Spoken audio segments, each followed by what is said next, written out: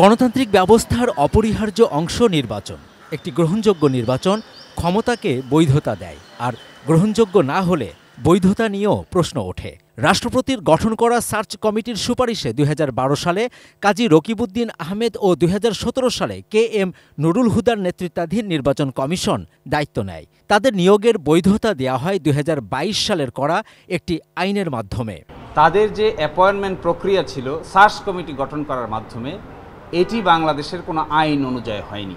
২০২২ সালের ২৯ জানুয়ারি আইন মন্ত্রণালয় প্রধান নির্বাচন কমিশনার ও অন্যান্য নির্বাচন কমিশনার নামে একটি আইন করে।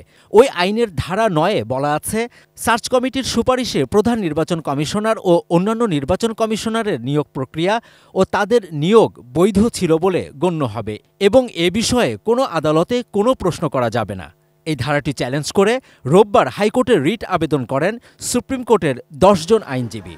রিটকারীদের আইনজীবী অ্যাডভোকেট মোহাম্মদ শিশির মনির জানান, ধারা ৯-এর মাধ্যমে বিচার বিভাগের ক্ষমতা কেড়ে নেওয়া হয়েছে। এইভাবে আইন করে কোনো বিচার বিভাগের ক্ষমতাকে খর্ব করা যায় না। কোনো বিচারিক আদালতে কোনো বিষয় কেউ উপস্থাপন করতে পারবে না। এই ধরনের আইন নিজেই অসাংবিধানিক। রায় আছে, পঞ্চম সংশোধনীতে তাই হয়েছে। পার্লামেন্ট এই ধরনের আইন পাশ করতে পারবে না, যে আইন পাশ করলে পরে বিচার বিভাগ অকার্যকর হয়ে যায়। বিচার বিভাগের কোনো ক্ষমতা থাকে না। রিট আবেদনে আইন মন্ত্রণালয় ও নির্বাচন কমিশনকে বিবাদী করা হয়েছে।